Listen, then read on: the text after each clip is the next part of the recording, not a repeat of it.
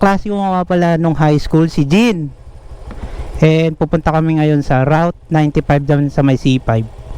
First time ko pala itong dadalhin tong CX-6R ko doon. And syempre sa Cavite nga ako nag-stay. And yeah, first time ko lang makakarating doon. Niyaya niya ako. Since Sunday naman wala akong pasok. Let's go!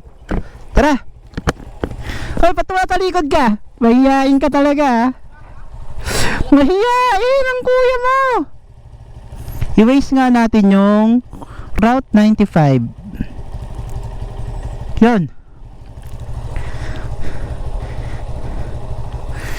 Sa mga single ladies out there, check out nyo na to si Jean, kumpare ko. Check out nyo na yan kasi single din yan. And bukod sa mabait, sobrang taba ng bulsa niyan. Ang daming savings niyan. Kaya hindi ako natatakot kapusin sa budget kasi talagang uutangan ko yan. Uutangan? Grabe. Hindi guys, mabait tong ano to. Kumpare kong to.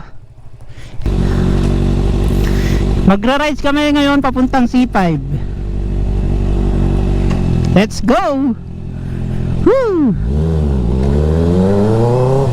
Mas ganado talaga ako mag-ride pag ganitong may kasama ako na ano, matagal ko nang kakilala. Unlike pag dalawa, ako lang mag-isa. Minsan kasi nagso-solo ride ako eh. Soloista kasi ako eh.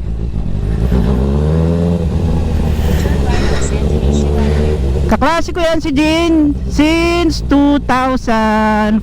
Graduate kami nung high school nga po 2004 guys. Ngayon 2024 na. And since may connection pa rin kami ngayon, tropa pa din kami ngayon hanggang ngayon. Siyempre iba pa rin yung connection ng mga kaklase mo nung high school, unlike nung college. Daming tao ah.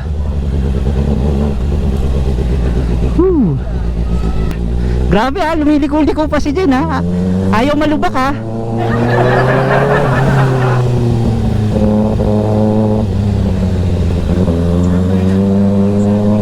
Nagyaya ito bigla eh, nagulat nga ako eh. So let's go, pagbigyan natin. Ang gamit niya nga palang motor is GSXR. GSSX pala 150. Malaki din yan ha, kahit na hindi big bike yan, malaki yan.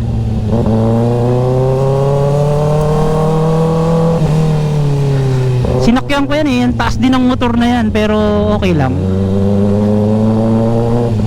Sa power lang nagkakaiba. Taba din ang gulong niya oh. 20 years in the making tong rides na to. Tapos hindi pa ganun kalayo. Walang due talaga.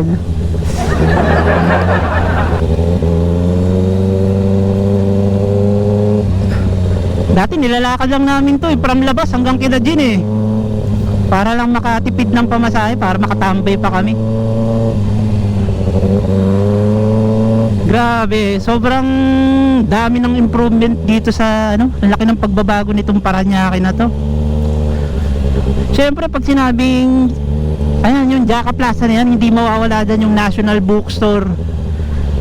Ewan ko ba tuwing sasapit yung month ng June, amoy National Bookstore dito sa Parañaque. Hindi, char lang. Ay, sorry po. Hoy, magsalita ka naman. Napakamahiyain ito eh. Again guys, etong kumpare ko na to si Jean, get nyo na yan, i-check out nyo na yan kasi single yan. Sa mga single ladies dyan, i-check out nyo na yan. Napakabait ng kumpare ko na yan. And maganda rin ang trabaho niyan.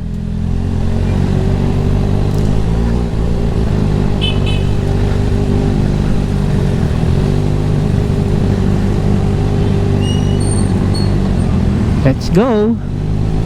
Nasaan na si Jean?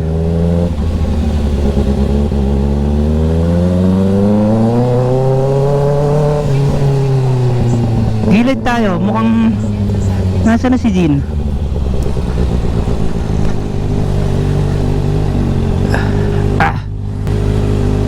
Dito pala nagkawalaan na kami kaagad ni Jean. Ay ayun.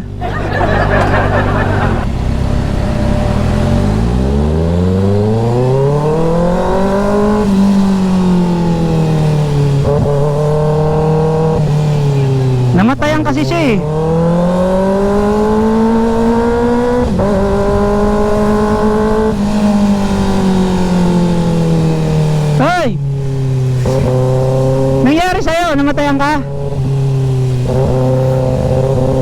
Akala ko dito pa lang kami sa Parañaque Road, magkakawalaan na kami kagad eh. Kengkoy naman tong rides na to. Dito na lang, nagkawalaan pa.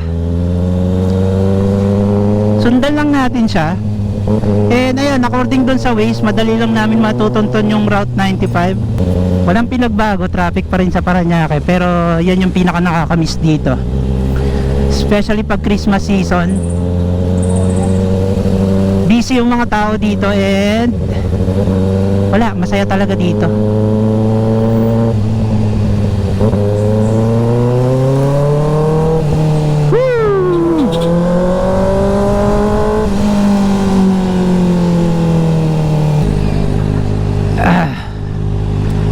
Ayan, papagasolina tayo. Papagasolina lang ako. Parang hindi sila mahilig maggasolina dito, no?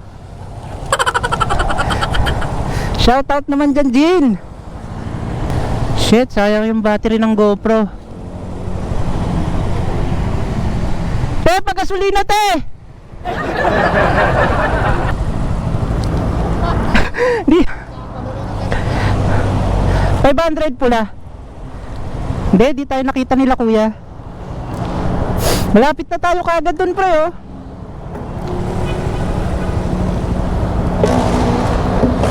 Nalihan kanina, nakatayin ulit ako eh. Namatayan ka? Tara, una ka din. Susundan kita. Ito naman, Bali 2 naman to. Nasa Bali 2 naman tayo ngayon. And marami din magagandang memories dyan, no?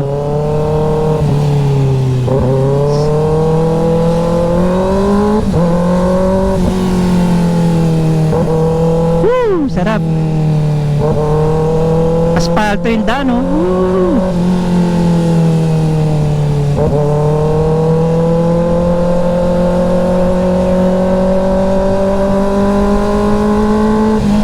Huwag natin iwan si Jin, dahan-dahan lang tayo.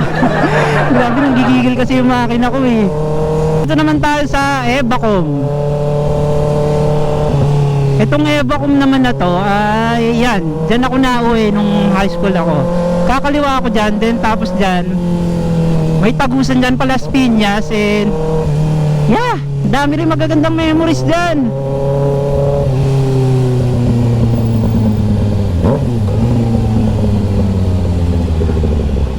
Dito tayo sa may silong. Ay ate, ganda naman ni ate. Neutral muna tayo. Grabe, ang ganda ni ate. Let's go!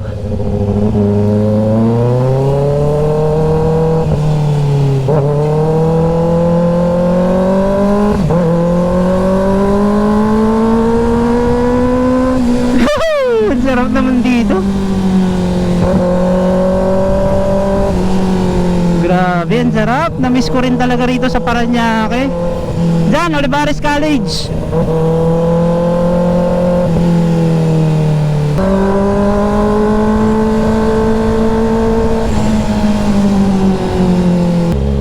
Sana si Jin? Ayun, hindi na siya. Sige, una na.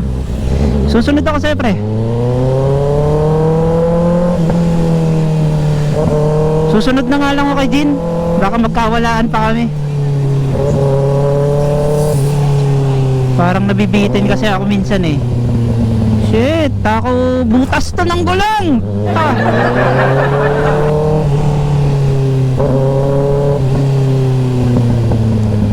Kuya, wag mo ang babanggain. Parang awa mo na.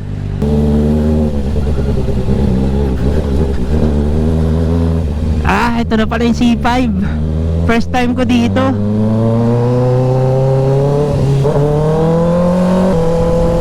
Ganda pala dumaan dito sa C5 eh.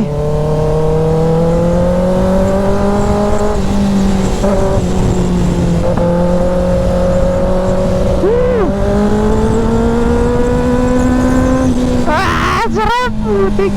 Ayun na pala yung Petron. Nandyan na kami. Nag-aasti. Nabitin ako. Dyan na lang pala kami. Dito na kami sa Route 95.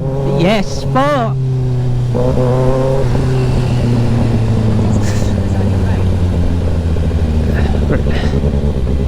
Asan yun? Asan yung Route 95? Ayan, ito. Ayan, kita naman pala yung ano namin eh. Mga bike eh, pag nakapark eh. Route 95. Woo! Labi, nabitin ako. Oo. Namatayan ka ba?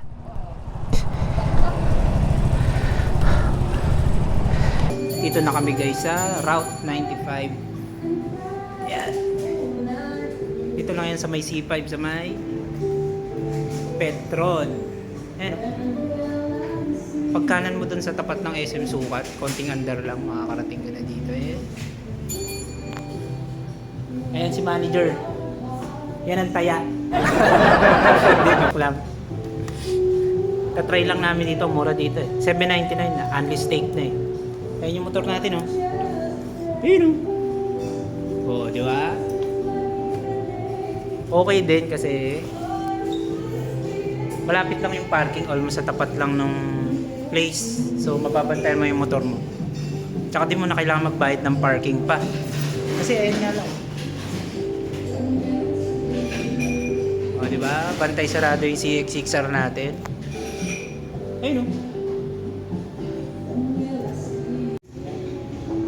Yan guys, talagang $7.99. Unlimited na yan guys dito sa Route 95. Buti niyaya tayo dito ni Jin. Hoy Jin!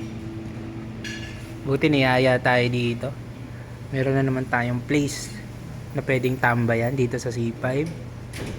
Route 95. Let's go, kain na tayo. Masasabi ko na na-enjoy ko yung food dito. Sobrang lambot ng ribs, malasa yung burger steak, yung chicken, and lalong-lalo na yung sausage. Malayong malayo to dun sa huling kinainan ko dun sa may Daang Hari, yung Foresta Cafe. Almost 1.4 yung bill ko dun, and hindi ko naman na-enjoy, no? Samantalang dito, $7.99 na, unlimited pa, and napakasarap pa ng mga pagkain dito. Although hindi naman ganun kalaki yung place, pero sakto pa din kasi chill naman yung place at madaling tuntunin. Yun lang. Grabe guys, unang serving pa lang busog na ako. Bala ko pa sanang kumuha kaso wala, punong-puno na yung tiyan ko. Sulit talaga yung $7.99 guys. Woo!